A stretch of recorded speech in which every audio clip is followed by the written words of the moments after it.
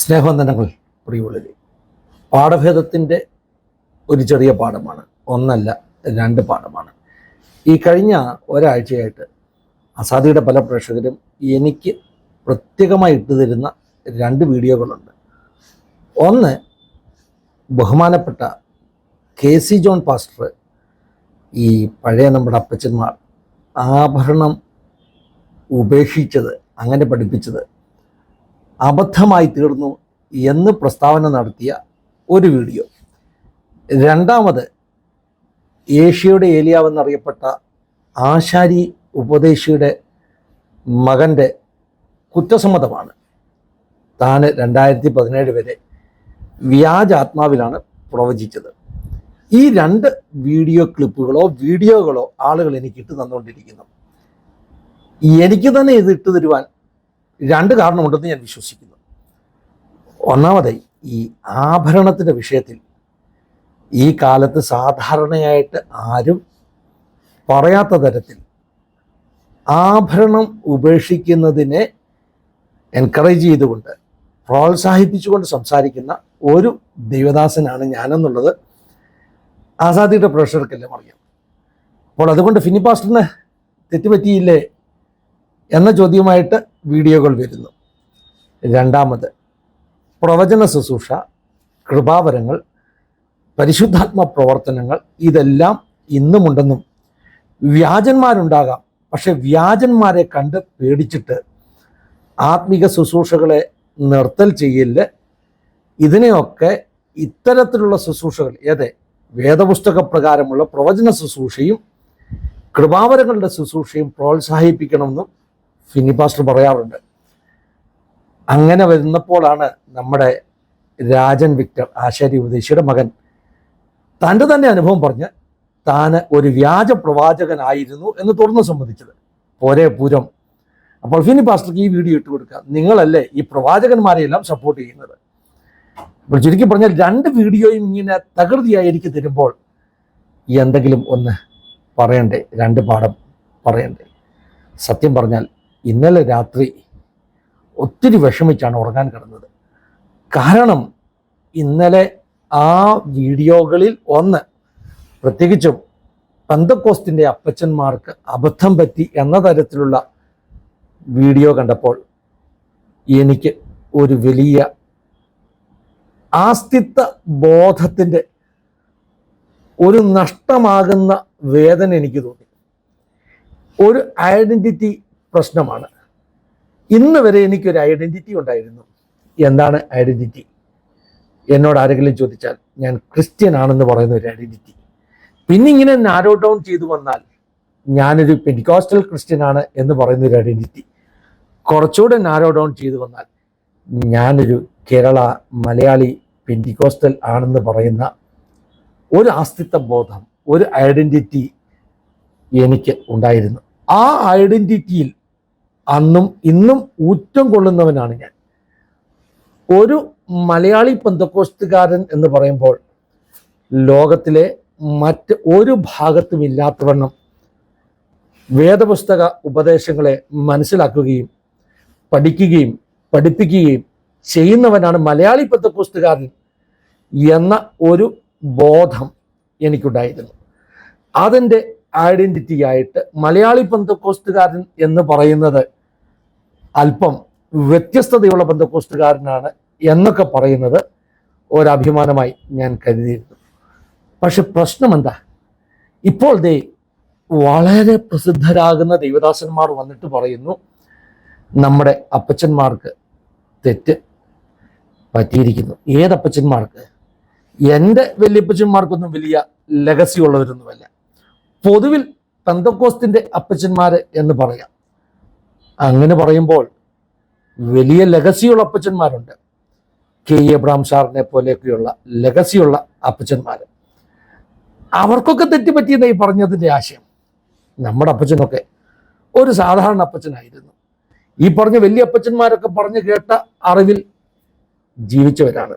അപ്പോൾ ലെഗസി ഉള്ള അപ്പച്ചന്മാരുടെ മക്കളും ലെഗസി ഇല്ലാത്ത അപ്പച്ചന്മാരുടെ മക്കളും പറയുന്നു നമ്മുടെ അപ്പച്ചന്മാർക്ക് തെറ്റുപറ്റിയെന്ന്. അങ്ങനെ വന്നപ്പോൾ എനിക്കൊരു വേദന. ഞാൻ ഈ ഊറ്റം കൊണ്ട് അഭിമാനിച്ച പെന്തക്കോസ്ത് ദേ തീരാൻ പോകുന്നു.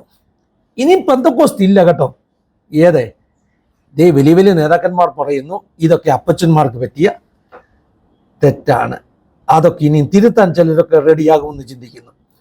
അങ്ങനെ വന്നു കഴിഞ്ഞാൽ ഈ പെന്തക്കോസ്തെല്ലാം പൂട്ടിക്കിട്ടുമെന്നുള്ളതിൽ യാതൊരു സംശയവുമില്ല. വലിയ വേദന തോന്നി. അതായത് നാളെ എനിക്ക് പറയാൻ പറ്റുമോ ഞാനൊരു മലയാളി പെന്തക്കോസ്റ്റുകാരനാണ്, ഈ വ്യത്യസ്തതയൊക്കെയുള്ള പെന്തക്കോസ്റ്റുകാരനാണെന്ന് എനിക്ക് പറയാൻ പറ്റുമോ? പെന്തക്കോസ്ത് ഇല്ലാതായി തീർന്നാൽ പിന്നെ ഓർമ്മകളിൽ ഗതകാല അനുഭവങ്ങളെ അയവിറക്കിക്കൊണ്ട് പണ്ടൊരു പെന്തക്കോസ്ത് ഉണ്ടായിരുന്നു കേട്ടോ, ഇങ്ങനെയൊക്കെയുള്ള ഒരു പെന്തക്കോസ്ത് ഉണ്ടായിരുന്നു എന്ന് പറയേണ്ട ഒരു ഗതികേടിൽ ഞാൻ എത്തുമോ? നാളെ അങ്ങനെങ്ങാനും എത്തിയാൽ ഞാൻ ആരാണ്, എൻ്റെ ആസ്തിത്വം എന്താണ്, എൻ്റെ ഐഡന്റിറ്റി എന്താണെന്നുള്ളതിനെ കുറിച്ച് വലിയ ചോദ്യങ്ങളെ ഞാൻ അഭിമുഖീകരിക്കേണ്ടി വരുമല്ലോ എന്നൊക്കെ ഒരു ചിന്തയുണ്ടായി.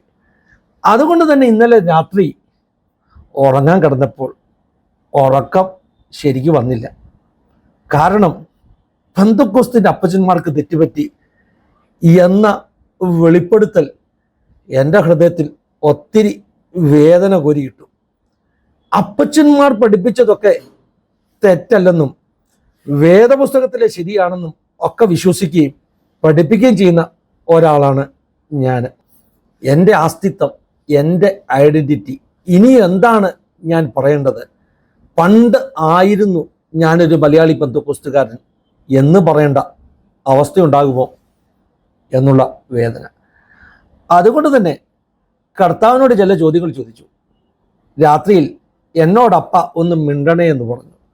മറ്റൊന്നുമല്ല കേട്ടോ, എന്താ പറഞ്ഞെന്നറിയാമോ? കർത്താവേ, ഇനിയും ഞാൻ ഒറ്റയ്ക്കാണല്ലോ, ഞാനല്ലാതെ പഴയ പെന്തക്കോസ്ത് ആരും കാണുകയില്ലല്ലോ, എല്ലാവരും ഒരു വഴിക്ക് അപ്പച്ചന്മാർക്ക് തെറ്റുപറ്റി എന്ന് പറഞ്ഞു പോകുമ്പോൾ ഞാൻ മാത്രം ഇനിയും ശേഷിക്കുമല്ലോ എന്ന ഒരു വേദന. അപ്പ അങ്ങനെയാണോ, എനിക്കും തെറ്റുപറ്റിയോ അപ്പ എന്ന് ചോദിച്ചാണ് ഉറങ്ങാൻ കിടന്നത്. അപ്പ എന്നോട് മിണ്ടണമെന്ന് പറഞ്ഞു.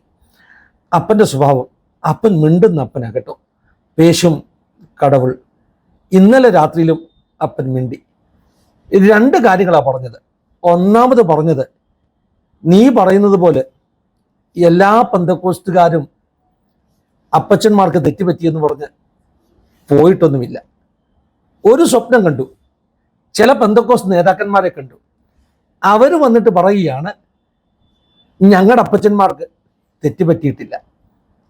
രണ്ടാമത് ഞാൻ എൻ്റെ സ്വപ്നത്തിൽ കാണുന്നത്, കേൾക്കുന്നത് ഞാൻ ഒറ്റയ്ക്കല്ല എന്ന ഒരു ശബ്ദമാണ്. എനിക്കൊരു കാര്യം ഉറപ്പായി, ആരൊക്കെ എന്തൊക്കെ പറഞ്ഞാലും ഞാൻ ഒറ്റയ്ക്കല്ല. പണ്ട് ഏലിയാവിൻ്റെ കാലത്ത് ബാലിന് മുട്ടുമടക്കാത്ത 7000 ശേഷിച്ചെങ്കിൽ ഇന്നും ചിലരൊക്കെ പഴയ അപ്പച്ചന്മാർ പഠിപ്പിച്ചതിന് വേണ്ടി നിൽക്കുന്ന ചിലർ ഉണ്ട്. വേദപുസ്തകം അറിയാവുന്നവർ ഒരു കാരണവശാലും ആ അപ്പച്ചന്മാരെ തള്ളിപ്പറയത്തില്ല. അതുകൊണ്ട് ഈ ആസാദിയുടെ പാഠഭേദത്തിലൂടെ ഞാൻ ഒന്നാമത് പറവാൻ ആഗ്രഹിക്കുന്ന പാഠം, എവിടെയൊക്കെ ആരൊക്കെ അപ്പച്ചന്മാർക്ക് തെറ്റുപറ്റി എന്ന് പറഞ്ഞ് മാറിപ്പോയാലും ഒരു കൂട്ടം, ഒരു ശേഷിപ്പ് പഴയ പെന്തക്കോസ്തായിട്ട് തന്നെ നിലനിൽക്കും. പണ്ട് വാര്യാപുരം യോനാചായൻ പ്രവചിച്ചതുപോലെ പെന്തക്കോസ്തിൻ്റെ അകത്തുനിന്ന് ഒരു പെന്തക്കോസ്ത്, ഒറിജിനൽ പെന്തക്കോസ്ത് പുറത്തു വരും. അത് എന്നും ഉണ്ടായിരിക്കും. അതുകൊണ്ട് തന്നെ നേതാക്കന്മാരോട് ഞാൻ പറയുകയാണ്, എല്ലാ പ്രസ്ഥാനത്തിലെ അസംബ്ലീസ് ഓഫ് ഗോഡും ചർച്ച് ഓഫ് ഗോഡും ഷാരോനും ന്യൂ ലൈഫും ന്യൂ ഇന്ത്യ ചർച്ച് ഓഫ് ഗോഡും എല്ലാ പ്രസ്ഥാനത്തോടും പറയുകയാണ്, നിങ്ങളുടെ നിലപാട് എന്താണെന്ന് ധൈര്യസമേതം തുറന്നു പറയണം. കാരണം ഞങ്ങൾ വിശ്വാസികൾക്ക് മുറിവേറ്റിരിക്കുന്നു, വേദനിക്കുന്നു. അപ്പച്ചന്മാർക്ക് തെറ്റുപറ്റി എന്ന് കേട്ടപ്പോൾ ഞങ്ങളുടെ ഐഡന്റിറ്റി ഇനിയും എന്താണെന്ന് ഞങ്ങളോട് തന്നെ ചോദിച്ചു തുടങ്ങിയിരിക്കുന്നു. അതുകൊണ്ട് ദയവായി നിങ്ങൾ പറയണം അപ്പച്ചന്മാർക്ക് തെറ്റുപറ്റിയോ. രണ്ടാമത്തെ പാഠം രാജൻ വിക്ടറിനെ കുറിച്ച്. അദ്ദേഹം പരസ്യമായി സമ്മതിച്ചു അദ്ദേഹം ഏത് ആത്മാവിലാണ് പ്രവചിച്ചത്. അങ്ങനെ പറഞ്ഞപ്പോൾ പണ്ട് 2006-07 കാലഘട്ടങ്ങളിലാണ് രാജൻ വിക്ടർ പാസ്റ്റർ എന്നോട് പ്രവചിച്ച ഒരു 2 പ്രവചനം തെറ്റിപ്പോയി. ഇത്ര വർഷങ്ങളായിട്ട് ഞാൻ ആലോചിച്ചുകൊണ്ടിരിക്കുകയായിരുന്നു എന്തുകൊണ്ടാണ് ആശാരി ഉപദേശിയുടെ മകൻ എന്നോട് പറഞ്ഞ പ്രവചനം തെറ്റിപ്പോയത്. അതിൻ്റെ രഹസ്യം ഇപ്പോഴാണ് മനസ്സിലാക്കിയത്. പ്രവചനം മറ്റൊന്നുമല്ല കേട്ടോ. അന്ന് ഞാൻ സഹശുശ്രൂഷകനായിരിക്കുന്ന ഫെയ്ത്ത് സിറ്റി ചർച്ചിൻ്റെ നേതൃത്വത്തിൽ ഞാൻ എത്തുമെന്ന് ആരും അറിയാതെ എൻ്റെ ചെവിയിൽ വന്ന് അടക്കം പറഞ്ഞു. ഇപ്പോൾ എനിക്ക് മനസ്സിലായി അത് മറ്റൊന്നുമായിരുന്നില്ല. അദ്ദേഹം പറഞ്ഞ ആ ആത്മാവിൽ അദ്ദേഹം പ്രവചിച്ചത് കൊണ്ട് എന്നെ പിടിച്ച് ആ സഭയുടെ നേതൃത്വത്തിൽ എത്താൻ വേണ്ടി മത്സരിപ്പിക്കാനുള്ള ഏതോ ആത്മാവിൻ്റെ ശ്രമമായിരുന്നു. പക്ഷേ ഞാൻ അതിന് നിന്നുകൊടുത്തില്ല. അതോർത്ത് ദൈവത്തെ സ്തുതിക്കുന്നു. വ്യാജ പ്രവാചകന്മാർ ഇഷ്ടം പോലെയുണ്ട്. അവരിൽ ചിലർ ഇങ്ങനെ വന്ന് തുറന്ന സമ്മതങ്ങളും നടത്തും. അതിൻ്റെ അർത്ഥം സത്യത്തിൻ്റെ സാക്ഷികളായി നിൽക്കുന്ന പ്രവാചകന്മാർ ഇല്ല എന്നുള്ളതല്ല. അവർ ഇന്നുമുണ്ട്. പെന്തക്കോസ്ത് ഇങ്ങനെ തന്നെ മുൻപോട്ട് പോകും എന്ന് രണ്ടാമത്തെ പാഠം പറഞ്ഞുകൊണ്ട് ഈ പാഠഭേദത്തിന് വിരാമം കുറിക്കുകയാണ്. ദൈവം എല്ലാവരെയും സഹായിക്കട്ടെ, അനുഗ്രഹിക്കട്ടെ. God bless you all. Have A wonderful day.